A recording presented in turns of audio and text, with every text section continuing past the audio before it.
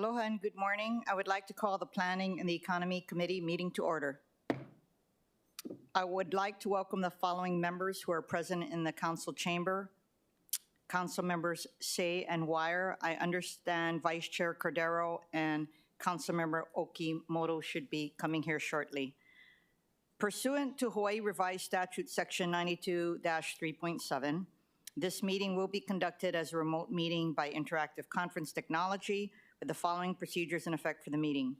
Members of the public will be allowed to provide oral testimony remotely or in person in the council chamber on all items on the agenda when each item is taken up.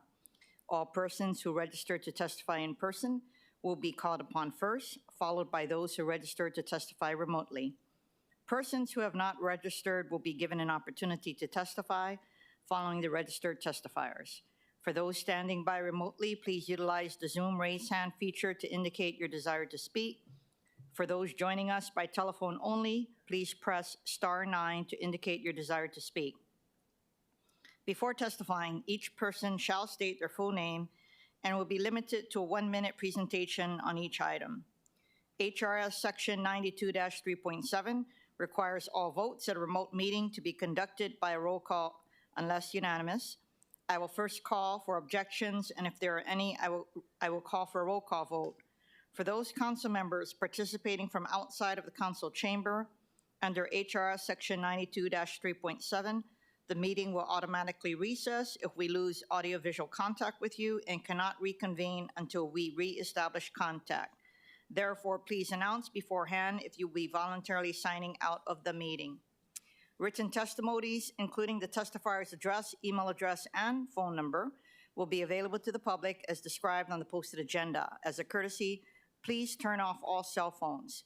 Moving to agenda item number 1, Resolution 23-177 confirms the nomination of Dita Simeona, also known as Dita Holyfield, to serve as the Director of Enterprise Services of the City and County of Honolulu. Members, we have posted to the agenda a proposed CD1, OCS 2023-8/16/2023, 9:58 a.m. to the resolution that clarifies that the nominee is also known as Dita Holyfield. For your information, the summary of the amendment is also listed on the agenda. Mahalo, Ms. Holyfield, for agreeing to serve in this role. Given your substantial entertainment and sales and marketing experience, I'm excited for your contributions to support the Honolulu Zoo, the city's municipal golf courses, the Waikiki Shell, the Neo Blaisdell Center, and other city entertainment activities that are under the jurisdiction of the Department of Enterprise Services. Good morning, council members. I'm so excited that I had the opportunity to individually meet with everybody. Once again, I'm Dita Holyfield. I'm seeking confirmation for the Director of Enterprise Services. And I felt so inspired by each one of you and your vision and your needs. So I put together today just some notes from our meetings, and it's a 3-pillar approach that I'm going to lead with an entrepreneurial spirit. Number 1, it's preparation. Number 2, it's people. And according to Calvin Say, our council member, profits. So those are the 3 things that I feel I'm going to lead with today. And I want to share a couple of the notes that I've integrated in my vision according to the meetings that I've done with each and every one of you. Preparation means personnel, budget, and operational management. I was very inspired to meet my DES existing leadership team.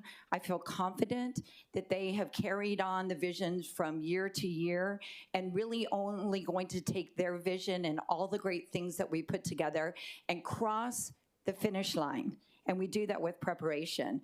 We're striving for zoo reaccreditation, and I'm creating ongoing managing closure timelines when managing expenses and ensuring the revenue streams are going to continue, that they're obtained and they're going to grow.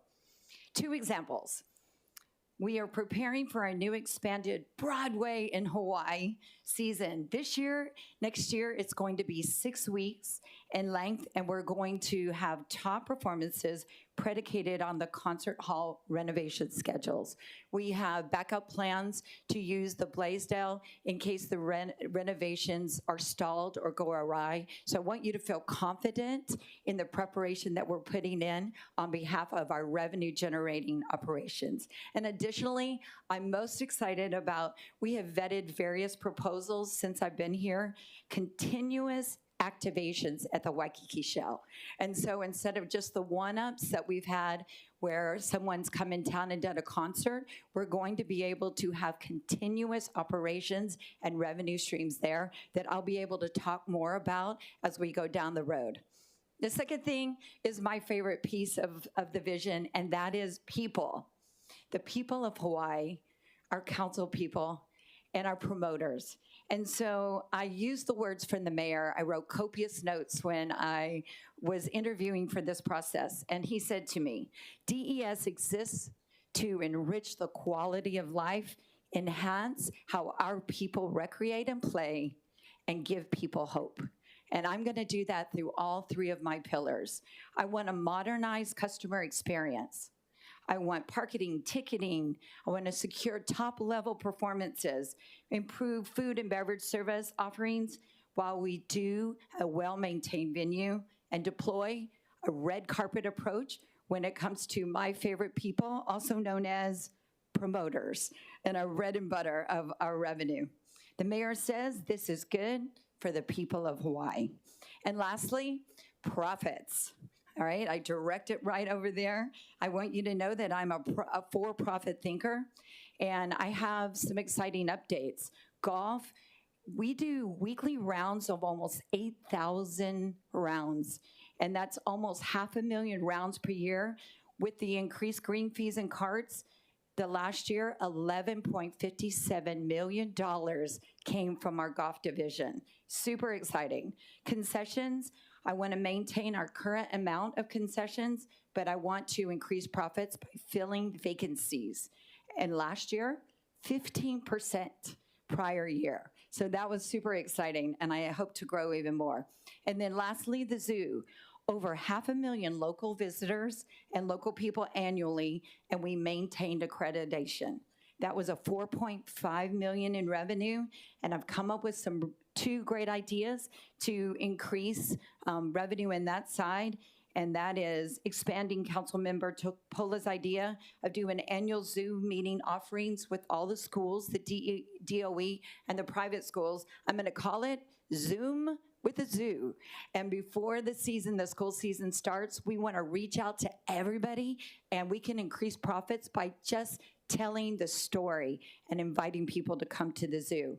And lastly, I want to be fiscally prudent by using cutting-edge marketing deployment ideas. We have some small budgets, and I want to use geofencing, radio, site retargeting, social media, YouTube.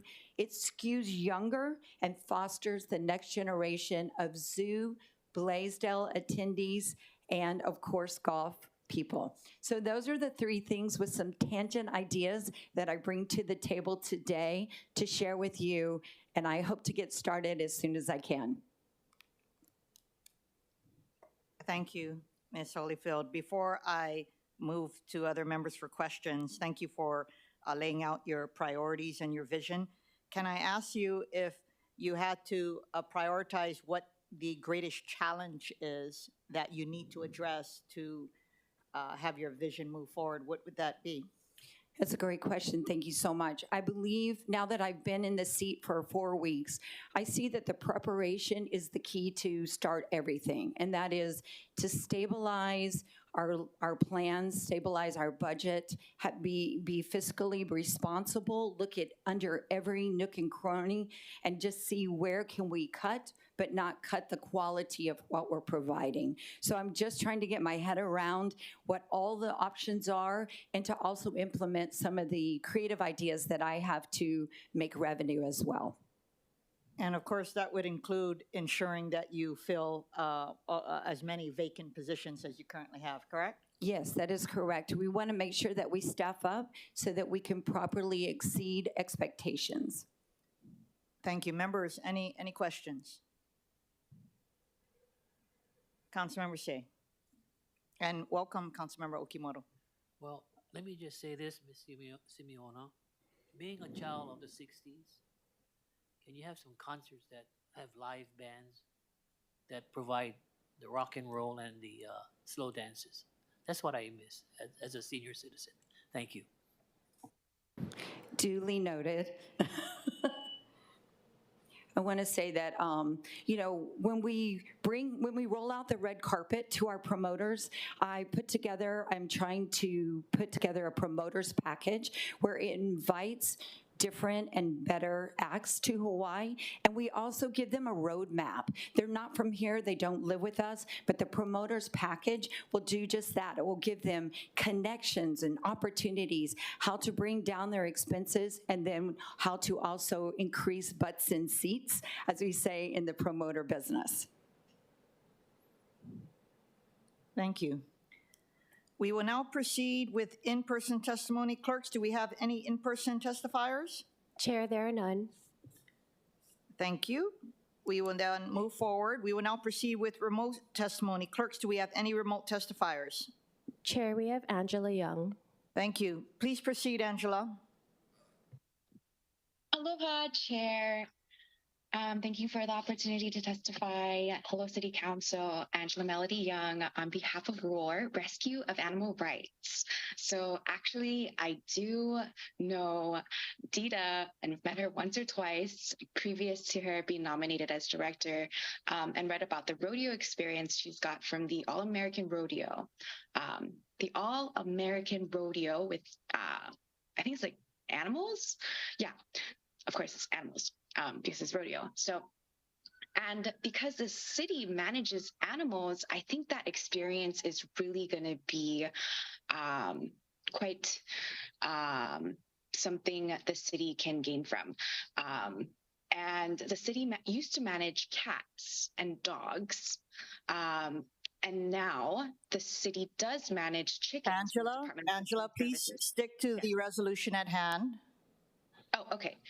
I'm just trying to equate that the nominee's experience is going to be really a good gain for the city to help to manage some of the things that the city has to manage. Okay, duly noted. Yeah. And thank you so much for your testimony. Clerks, do we have any other testifiers standing by remotely? Chair, there are none. Members, we are in discussion. Thank you, Councilmember Tupola, for being here. Did you want to ask any questions or have any mana'o before I move for action? Thank you so much, Chair. Just really quickly, I was in some other meetings, but I was listening over the speaker downstairs. You came with a lot of energy, Dita, this morning. I like those ideas. I like that you incorporated a lot of what you learned from the meetings into what you're presenting. So I just wanted to give like one more plug for the golf courses, because I heard you with the zoo idea, but I really, really think we would benefit from allowing local sports teams to be able to do concessions as a fundraiser, similar to what they used to do at the Aloha Stadium, so that they can make income, but also they'll bring their whole entire sports base with them to start to use our golf courses. Specifically, I'm thinking about the one in Eva, because we have so many sports teams. I don't know if you saw how many championships Campbell High School won, but we have lots of sports teams that are constantly fundraising. Like, there's not a weekend that I go that I don't see something happening, whether it's for the band or for something else. So I would love to see our city facilities kind of play a role in really stimulating the need for the support of these teams, but then also we have a need because we need people to come and use our golf courses. So if you can kind of integrate that into your profit section. So I took copious notes when you and I were meeting together, and thank you for the time that you sewed into me. I listened to everything that you said, and I incorporated my three pillars thanks to you. But the good news, the golf leadership team is, I think, bar none, one of the best ever. They're young, they're excited, they work well together, they have entrepreneurial ideas. There's not a day that doesn't go by where they're sending me new ideas. I have not had a chance to incorporate your idea into the profit side with them yet, but I'm looking forward to meeting with them next week and telling them your ideas. Because I know that team are yes people. It's just how do we get there fiscally? Okay, well, anything we can do to help out with that, because we definitely have major players in that area aside from just the city that can kind of help us to stimulate it. I love that they're yes people. Thank you for continuing to be enthusiastic even in your, what are we, second month? Yes. Continue this energy for the next year. Thank you, Chair. Thank you. Thank you, Councilmember, and welcome Vice Chair Cordero. We are moving for action. We're in discussion. Did you have any manao?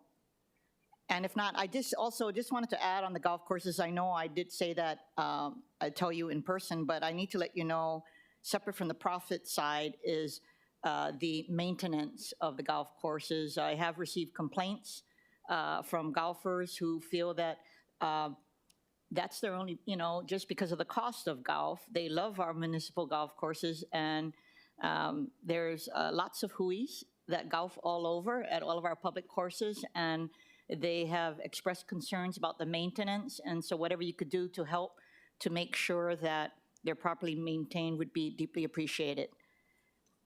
Duly noted. I also want to let you know that I have attended a meet and greet at the Alawai, and I'm going to visit all of the golf courses, and I'm going ahead before the mayor goes so that I can bring back some of the concerns and also tell some of the great messages that are there on the golf courses. I will make that a priority, and I appreciate you pointing me in the right direction. Thank you so much. The chair recommends that Resolution 23-177 be amended to the posted CD1. Any discussion, any objections, reservations? Hearing none, Resolution 23-177 is amended to a CD1. Chair then recommends that Resolution 23-177, CD1, be reported out for adoption. Any discussion, any objections, reservations? Hearing none, so ordered. Moving on to agenda item number 2. Thank you so much, Ms. Holyfield.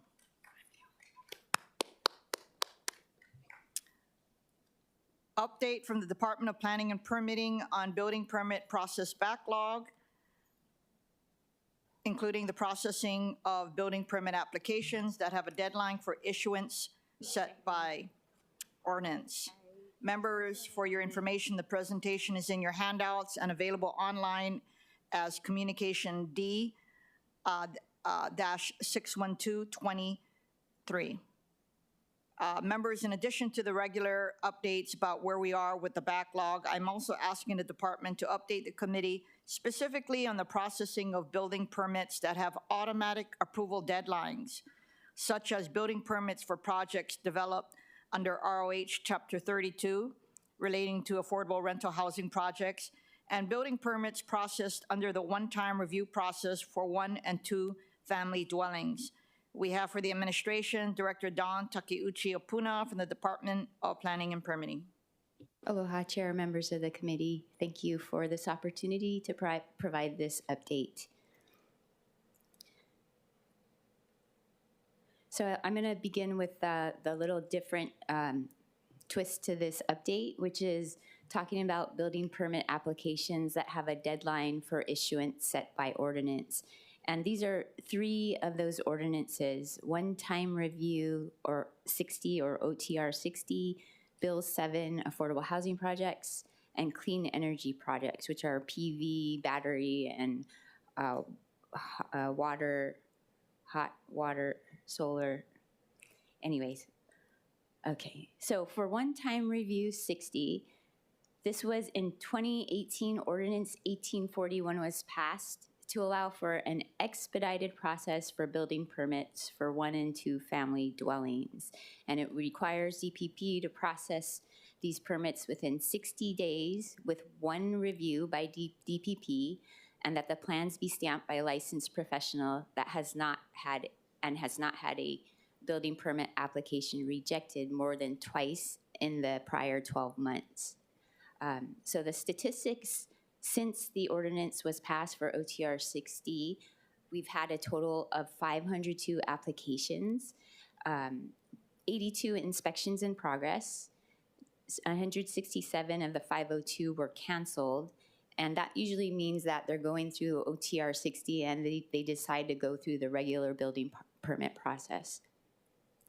And then we had 67 that the permit application was closed or construction completed. 8 are currently approved to issue. 86 are currently in review, and 91 are in the start, and 1 was revoked. So overall, you're looking at about 160, 150 that made it through over the last 5 years or so that this ordinance came into being. The next one is Bill 7, which we've talked a lot about lately in the different committees. And in 2019, this ordinance was established as a temporary program to accelerate the construction of affordable rental housing in the apartment and business mixed-use districts by relaxing zoning and building code standards and offering financial incentives. Under Section 32, 1.5, it states, upon acceptance of a complete application, the building official shall approve or disapprove the application within 90 calendar days. If the building official fails to approve or disapprove a building permit application within the 90 days after acceptance, the building permit application will be deemed approved. And the statistics on Bill 7, since it was enacted, we received 45 applications, but we haven't had any applicants asking for this this provision to come into effect and allow for the building permit to be deemed approved. The next is clean energy project, solar PV, battery, and water heater. This came about in 2020 under Ordinance 2044 and was established to develop expedited permitting procedures for these projects. And this requires approval or denial within 14 or 28 days, depending on the valuation of the project. Section 18.5.10C states, if the building official fails to meet any of the maximum time limits to approve or deny the permit, the application will be deemed approved, provided DPP is notified in writing of the request and a duly licensed electrician or plumber, as applicable, provides the building official with a declaration certifying the installation of the project complies with codes and state laws, and that the declaration is supported by affidavit and statement, seal, and signature by the licensed professional. And the statistics on this, since it went into effect in 2020, we haven't had any notifications from owners or agents to take advantage of this. So the practical effect or outcomes of these shot clock approvals, there is no expedited review and approval is received. It basically gives a green light to move forward with construction of the project, but they do not receive approved plans. Without approved plans, there's no certificate of occupancy. DPP still wants to be assured that the work is properly done according to code and will require certification of the work if they do take advantage of these provisions. Most do not take advantage of the shot clock approvals, and this does not speed up or expedite review and approval. Basically, they're not too effective. So why shot clock approvals do not work? We believe it's because they don't provide the value of an approved permit, but only the green light to move forward without one. It wrongly assumes that DPP staff isn't working fast enough. It doesn't account for health and safety. It doesn't address the root issues of backlog permitting, which is the lack of sufficient staffing, efficient processes, and appropriate technology. Basically, these are supposed to be quick fixes, but they don't work. But there is part 2 of this presentation, the basic update on our building permit process backlog, our efforts to address the core issues, which is people, processes, and technology based on empowerment, trust, communication, and innovation.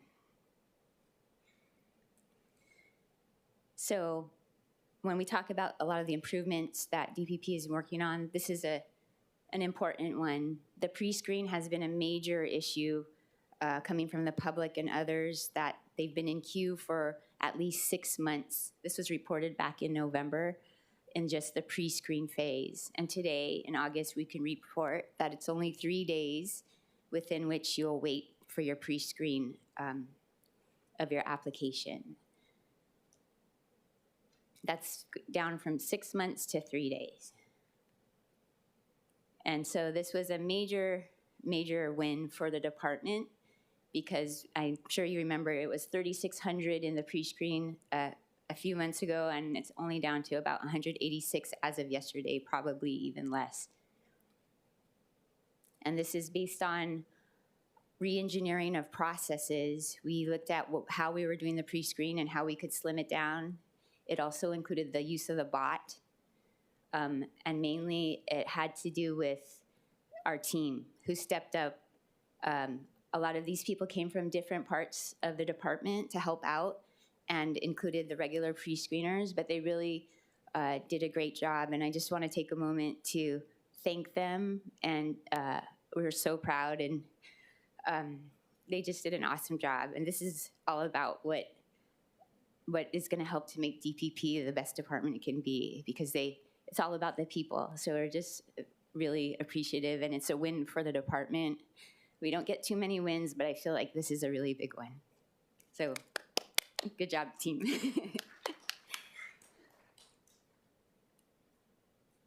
So this is the normal update that I provide as far as how we're doing. But I wanted to clarify that every time that I've reported at these different committee hearings, it's been only on the residential permits. And that's basically because residential permits make up the vast majority of our permits. It's like 12 to 13,000 per year versus commercial, which is a little bit less than 2,000 per year. So as you can see, we've made the major improvements in the pre-screen, and we've actually done pretty well in the code review. So overall, it looks like 98 days for residential permits, and we're going to continue to bring that number down in the code review. We have shifted many of the staff and begun training them from the pre-screen to the code review. So I think that number in the middle for code review will continue to come down. But this time I've provided the commercial update. And I haven't done this before, but there is, as you can see, the red in the code review, it has shifted, the backlog has shifted. And we expected this. This is where we have our engineers, and we have struggled to hire. You know, we have vacancies. We have about two or three each for building, mechanical, and electrical review for the 2,000 permits that they get per year. And we have vacancies there, as well as the 15 positions, 5 for each, that were provided to us earlier in the year. But we compete against private industry and the feds to get engineers. So we will continue to look at other ways to increase their salaries and do other things to attract engineers. But that is the major shift in focus as well of how we're going to deal with that. So with that, this concludes my presentation, and I'm open for any questions. Thank you.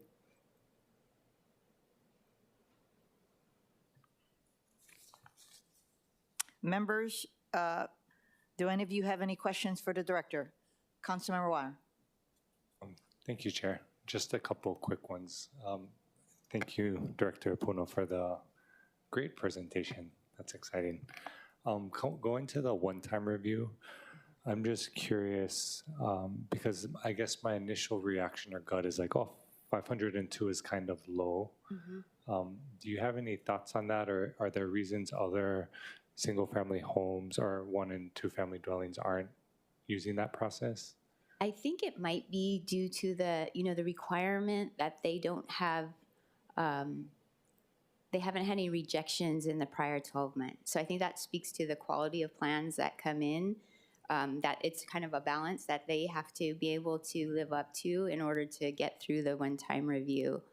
So I think that might be part of it. But Okay. yeah, And when you say rejections, that's whatever licensed professional they use. So it's not even just their own permit, but it's the person that's filing it for them. right. Okay. Yes. And then I know we didn't have a number on there, so maybe it's not known, but the clean energy projects, do you know like about how many permit applications that is? So actually, those for residential single, that's our largest portion Okay. of residential permits. And it's over 60% of just our residential permits. So if we're getting about 12,000, that 60% of 12,000. And those are most of them are online automatic approvals. Okay, that's So right. actually, I think that our current system, our software system is doing better at handling that. So you can just go online and provide your forms and you'll get the permit that day. Okay. Yeah. Okay, perfect. Appreciate the info and all the work you're doing. Mahalo, Chair. Councilmember Okimoto. Thank you, Chair. Thank you, Director Apuna. I had a question on your last page when you talked about the engineer vacancies. Yes. And I want to thank you because I love when you come and you share the great improvements that have been made with the process. And we've talked about this before where it's difficult to fill the engineer vacancies. I just wanted to know if you could give us an update on how many vacancies there are, as well as you mentioned that I want to know about what kinds of training and turnover is happening. How often are you losing them to the private sector and the federal government, and how long does it take to train after someone is hired? Yeah, thank you. So for each, I talked about the 3 groups, mechanical, building, and electrical. I believe there's 2 or 3 in each of those currently, and originally there were 5 positions for each. So we have 2 to 3 vacancies in those 3, but we've added 5 additional positions for each 3. So it could be by about 7 or so vacancies in each of those 3 buckets. As far as turnover, I think we've kind of been stagnant with the numbers we have currently, I think. So it hasn't been major turnover. We have had some people leave or move to different agencies or within our department. And then training, once we get an engineer on, it does take several months to really get them up to speed because this is a different type of work than usual, design, et cetera, engineering. So if you could explain to me, forgive me for not knowing, when it goes to the process, and thank you for answering those questions, the mechanical, building, electrical, each permit has to go through each of those? Or is it just one per permit? Is it specific? It depends on the project, but generally, like for a commercial project, which is usually a big project, very complicated, it would go through all each 3. of those 3. Yeah. And in that process, on average, about how long does it take for one engineer to go through a permit? I'm trying to get an idea of how many they go through maybe in a week. How many are they processing? Yeah, it is hard to, it's very different than residential where we kind of can gauge, but based on the complexity of the project, I think it is between like 2 weeks to maybe 4 to 6 weeks. It just depends, but they got to go through the whole, it's usually many sheets and complicated work. Yeah. That 2 to 4 to 6 weeks is each. I think so. Is each group for a plans examiner to go for the commercial? through. Yeah, understandable. It'll be more than the residential. Yeah. So we're looking at anywhere between 2 weeks to 2 months, depending for each of those 3 groups. I think so. I think to go through a project, it probably. I mean, if everything was running smoothly and there wasn't a backlog, maybe it's like closer to 2 to 3 weeks to go through a project. But with the backlog, it's taking much longer. So in one work day, would that engineer be looking at only one project? No, they would be looking weeks? at probably multiple at once. And so in a week, they could be looking at how many at the same time? It's hard to say. I can go back and get more information. Okay. Yeah. Okay. Thank you. Thank you. Thank you, Chair. Thank you. Councilmember Chipola. Thank you. Aloha, Director. Aloha. My favorite part of your presentation was you had a picture of all your workers. They're outstanding. Thank you so much for arranging for me to go and visit the Kapolei DPP. They are upbeat, happy, working well with all of the people who walk in. Mele is outstanding. I mean, the way she works and, so I just wanted to say that. Thank you for shouting them out. Thanks for putting their picture out there. We appreciate them. I know you guys went over a little bit of Bill 7 and Councilmember Say's committee, but I just wanted to, on that first bullet point, you said 45 applications. I just have 3 follow-ups. How many were approved? Because the last time we talked, it was like 8 or 10? Yeah, I think it's 9. 9. At this point. And then how many started? So it would be 45 minus 9, I think, that are in process. So all Oh, I meant like started construction. so it's probably I'm not sure. It must be somewhere within in the 9, right? Yeah. And then completed. So that's probably something. I just wanted to know from, the start of the process to the end, has anything even gotten up, up off the ground, people are living in it? Because it does seem like a very grueling process. Are you aware of any that have been fully completed? Oh, yes. So one of them on Pu'uhue Street, that one has been completed for a while. They received their certificate of occupancy several months ago, so they were able to take advantage of the Bill 1 grants. Oh, awesome. Yeah. So aside from that one, do you think there are a few I think others? there's a few others that, I don't know if they've gotten their COs, but they are well into construction. Oh, good. Yeah. Yeah, that'd be great to know. I love the number of applications, but I always want to know kind of the complete all the way to the end. Okay. The next question I had was, because you had 0 people using the Ordinance 2044, and I heard your comments about why it could be effective, not effective. Do you think that it was just due to lack of information getting out, or you think it actually is more cumbersome? So we came up with a form for the industry when we work with our task force for us, like a self-certification. And they didn't want to. We talked about it, and they seemed to be on board, but then for whatever reason, they didn't want to go through with it. Okay, Yeah. so maybe too cumbersome then, I think is what we can say. Yeah. And then I guess for this shot clock approvals, because you kind of called that all of these expediting approvals, one of the ones I wanted to hear your insight on was the automatic approval form. So for the residential, once they finish the first round of comments for the plan review, they can move into the self-certification for residential, and they can do the automatic approval form. For commercial, obviously, they try to move into special assignment inspection right after that, right? So how have you seen that automatic approval form with the residential ones work or not work? So I think not that many applications. And then, like I said, a lot of them seem to decide, okay, I'm just going to go through the regular process and ditch the OTR. Is that what the OTR is the automatic approval form? So when I saw the form, because somebody emailed it over to me, I was like, when do you guys use this? They said, when we finish the first round of comments, we're allowed to use the automatic approval form and self-certify if we have a licensed engineer or architect.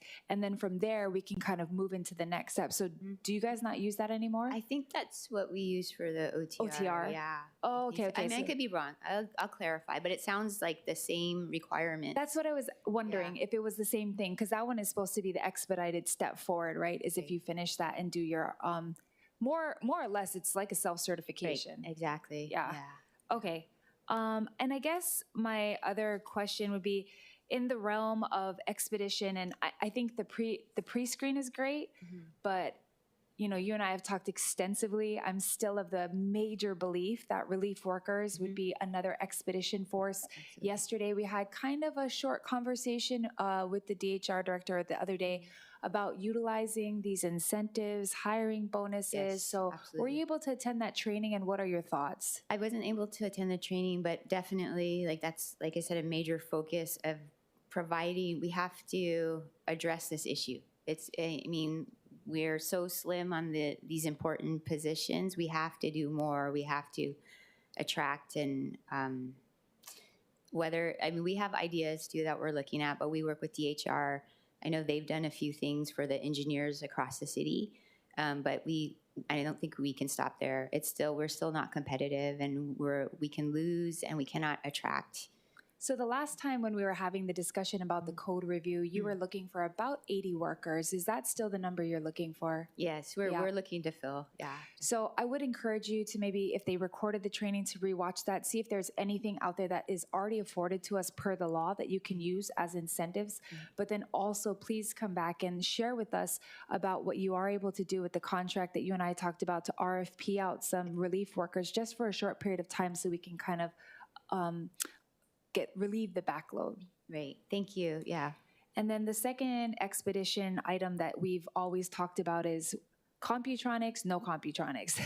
So how is that going? So That's the software, everyone, that is used to process all of this. right. So today we're making a big decision. We've narrowed it down to 2 after having our Tiger Tech team really look at all the vendors out there. And today's a big day because we're going to make that decision and we can move forward with the direct contract under the NASPO contract. A little nervous, but it's going to be so much better. So that is going to be such a good day. Guys, the e-plans and the POSSE system that DPP has used historically does not talk to each other. It has been very difficult to use. If we can get a better software, even with a payment processor so that we can do the solar applications, we would have a better road forward, I think, and you would have a better road forward. The last comment I wanted to make was, since you reviewed a few of the ordinances, recently the Bill 56 was passed, and maybe in a year or so, let some time durate. Wanted to see what you thought about just the review of it. It's nice to see when we see the laws and then we see, this worked, this didn't work. Right. So maybe later I would love to hear feedback on whether or not this has been easing the system. Sure. I appreciate that. And I think already Bill 56, it has been able to, we can say you don't need a permit for the fences, et cetera. So I think it has helped. Thank you so much, Director. Thank you, Chair. Thank you. Councilman Roche. Thank you very much, Madam Chair. So Director Apuna, in strong support of your department, have we looked as far as creating a new job classification for these positions that you are requesting? What I'm getting at, if we could set up a new classification, you would come up with your MQs, plus to be competitive in your salary range. That's what I was thinking. So, a person that comes out of the University of Washington or whatever university or college will get have their bachelor's, that's number 1. And then maybe number 2, they get their master's. Maybe that should be considered a foundation. Then you guys do the training as far as what the technology the department has. All I'm trying to get at is that let's beat the state and the federal government to the punch, meaning, and the private sector. Right. If your workers or your planners and your reviewers, et cetera, have this qualification that you have created or the classification, that's a start in building up your particular workforce. I don't know. I haven't talked to NOLA about it, but I thought maybe creating a new job classification that the unions would probably have to buy in also. But, Yes, no, I totally agree. We are looking into that, however we can adjust the positions that make better sense for what we do. There's a lot of ways of looking at it and that we're trying to attack it with. We even went to the ledge last year to talk about licensing of our engineers, which should be different, and maybe that could be an incentive in itself to get people to come to DPP. But yeah, I think there's we have to look at everything and really try to see what is out there and how we can better tailor what we do and our positions to make it all make sense. Yeah. Thank you. Director, well, first of all, I'm just delighted because the last time you were here, with regard to the pre-screen backlog, we were at 1,100, remember? Yep. So I actually wasn't expecting 186. By the time we see you in a month from now, it should be 0. Yes. Now, of course, that's enough to jump up and down with regard to the pre-screen, and so I think now we all need to focus on the middle of the approval process. So can I ask for the pre-screen, is that including both residential and commercial? Yes, so that's a single line. So that's okay for commercial. Okay, and before we just, I guess, acknowledge the flaws of the 3 review processes that you talked about,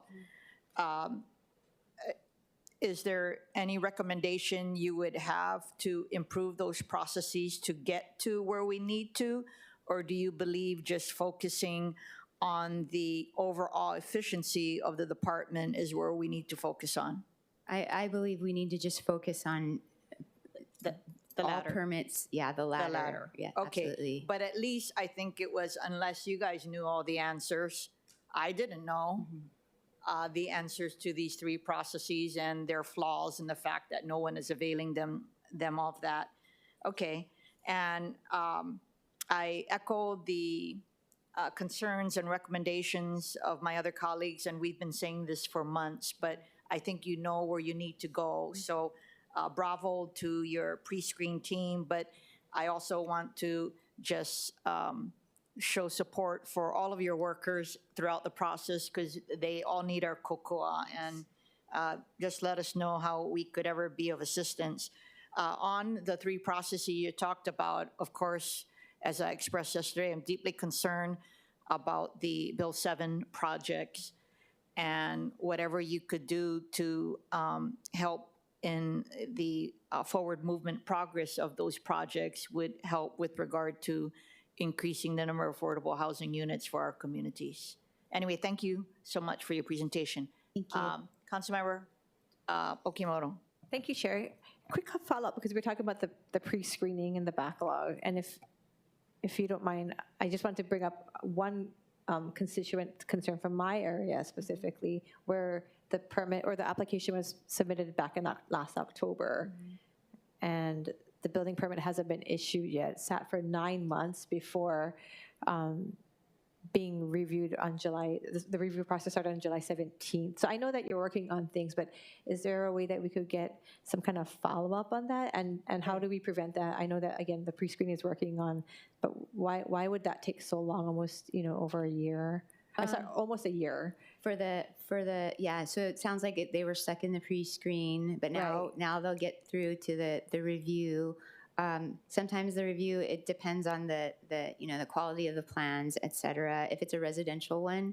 Correct. But if you wanted to, on an email, send me the application Okay. number, we can find out what happened. Okay. Yeah. So most of the backlog has been in the pre-screening, and once it goes through there, we're seeing that's where it's going quicker. Yeah. I think it's always been the case where the pre-screen was like the longest wait. The code review was okay, but it has shifted, right? Because everything is like flying through pre-screen. So now the backlog has shifted a little to the code review. We're a little better on the residential, but commercial, we're really feeling the backlog there. Okay, well, thank you. Well, I'll have my team email specifically about this. Okay, thank you. Thank you. Thank you. Thank you, Director. We will now proceed with in-person testimony. Clerks, do we have any in-person testifiers? Chair, there are none.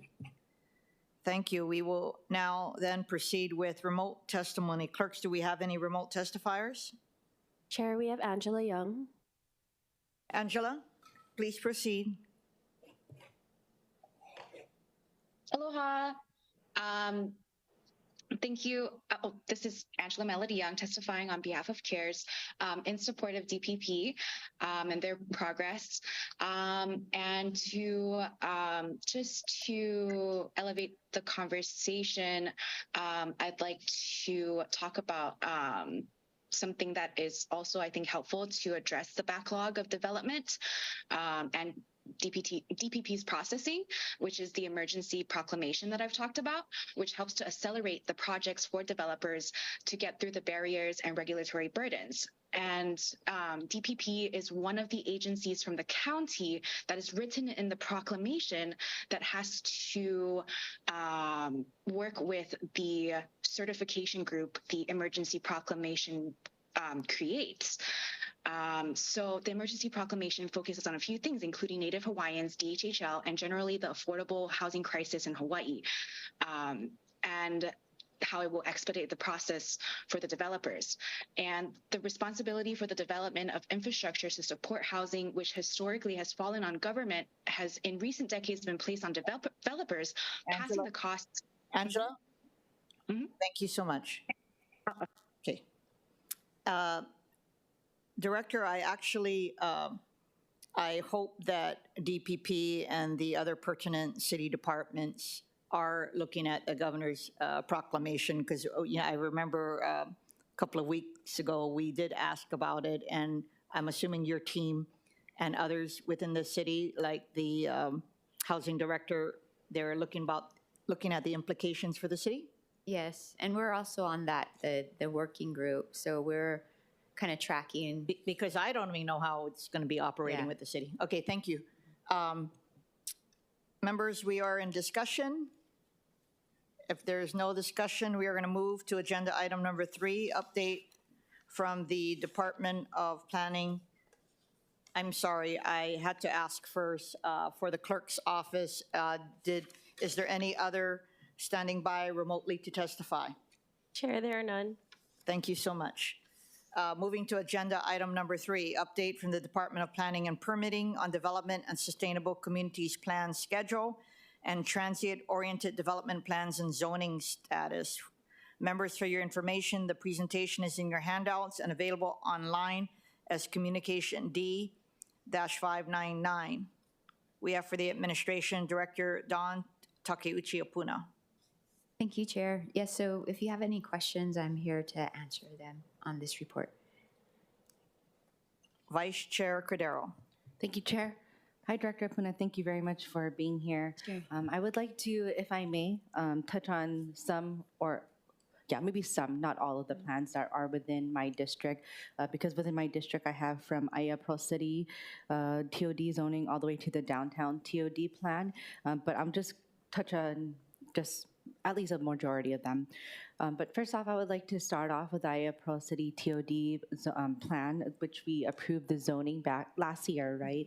And so a few of the discussions that members have had, not members, but community members and neighbors have had is, although the zoning has been set back in October, is there still possible zoning changes that may occur? I know that during the post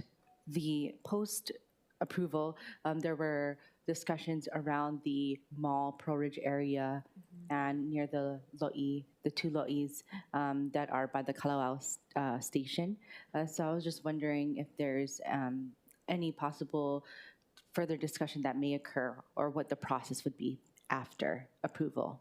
Yeah, I think there is, because I've heard that, and unfortunately our TOD administrator isn't here, but that we've talked about there are, the different projects in and around the station, et cetera, that are being proposed and how that might require some adjustment. So I think that is definitely in the works, and the ability for the community to comment at that point.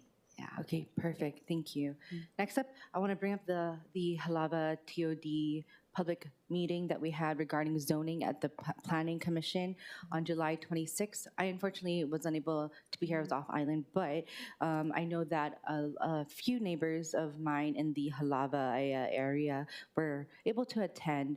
And throughout the discussion, and I know that this precedes like all of us, and from the discussions from the very beginning of inception of HEART, but also the inception of like the TOD program within DPP, but to include Native Hawaiian and other historical references in the Halava plan.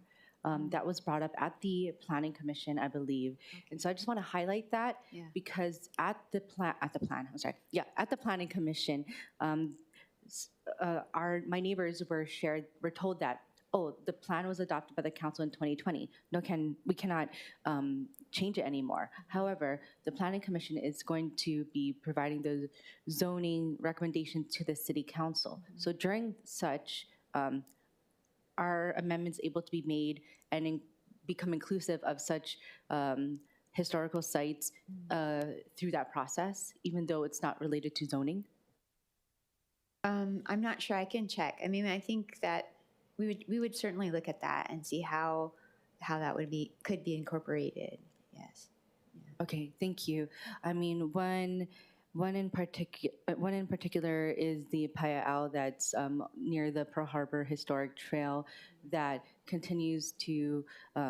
It's like right in between McGrew Point and the Pearl Harbor Historic Trail, and there's other sites that have were not mentioned in the plan that was adopted in 2020. So I know that it does take a lot to bring back a plan, because I've had to work on bringing back the Kalihi TOD plan before 2020 like two times, and I know that we would not want to do that for the Halava TOD plan. So if there is a way that we can work it out through the process of whether it be the planning commission process or when it comes to the city council, I would love to be able to do so. But once again, I know that there is opportunity to even amend a TOD plan even before it gets to the zoning, since we did that twice with the Kalihi TOD. But yeah, that's what I really, really want to know. I don't know if you have notes from that planning commission meeting on July 26th, but I am also working to get the rest of the items that was mentioned by my neighbors in Halava and Aya, so that I can present that to you as well. Okay. Yes, definitely. We can look into that for you. Thank you. Certainly. I think a part of the discussion was when we were figuring out the TOD. This was when all the task force for TOD and housing started to come up, when Hart was more involved in the TOD discussion, well before our times, like what we're doing here now. And so, I mean, I do recall that occurring, but I think through the changes in hands and I guess institutional knowledge that was lost throughout the process. And so I really want to make sure that we recognize that.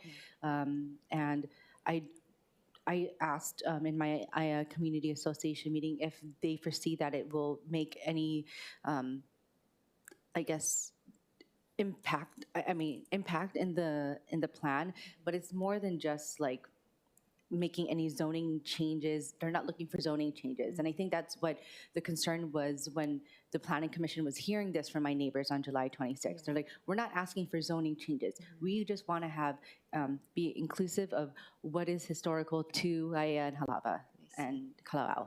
So yeah, thank you. Okay, next up, wow, that was a long time on Halava. Airport TOD zoning. I know that we had a few months of discussion about the airport height limits. I know that you are coordinating with the state, as you mentioned here, about the airport height limits. And so were we able to get an update on that? Yeah, I think the latest update was that they were working with the State Office of Planning their newest name, and then HDOT. They're working with the federal, agency, because it's kind of up to them. I think it's left up to them. So there's still this ongoing discussion and looking at some of the data relating to the heights. So no final, decision or movement on that, but continued discussion, I think. Okay, because I understand that, like, even where we are, the airport height limits expands into like all directions in the perimeter of the airport. So I want to make sure though that we know what's able to be, what's in around the area, right? Yeah. So okay, that is good to know. But are there any other things that are pending for discussion besides the height limits that we've been waiting on? No, I think that's pretty much it. Okay. Yeah.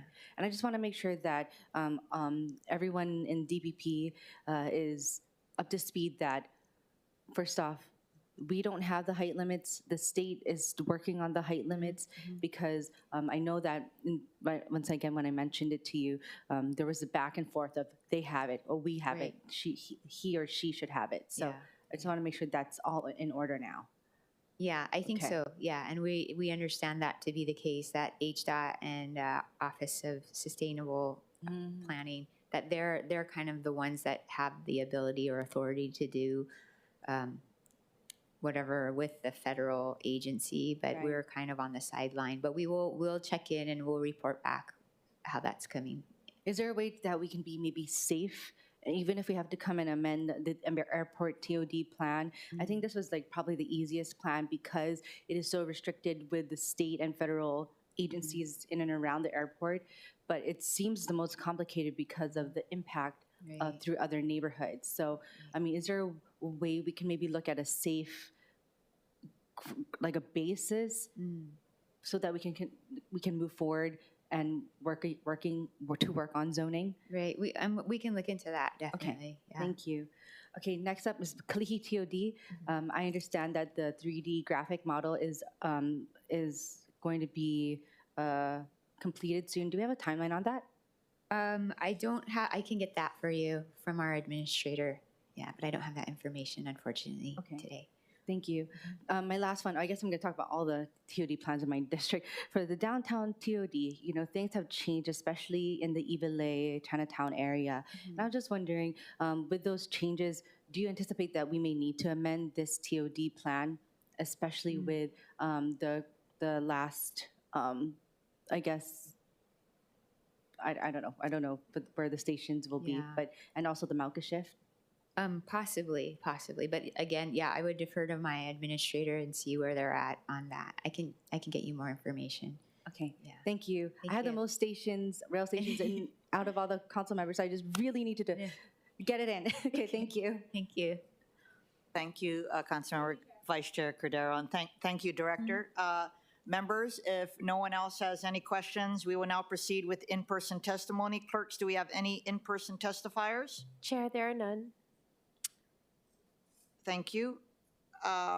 We will now then proceed with remote testimony. Clerks, do we have any remote testifiers? Chair, there are none. Thank you. Members, we are in discussion. And if there is no discussion, there being no further business, the meeting is adjourned.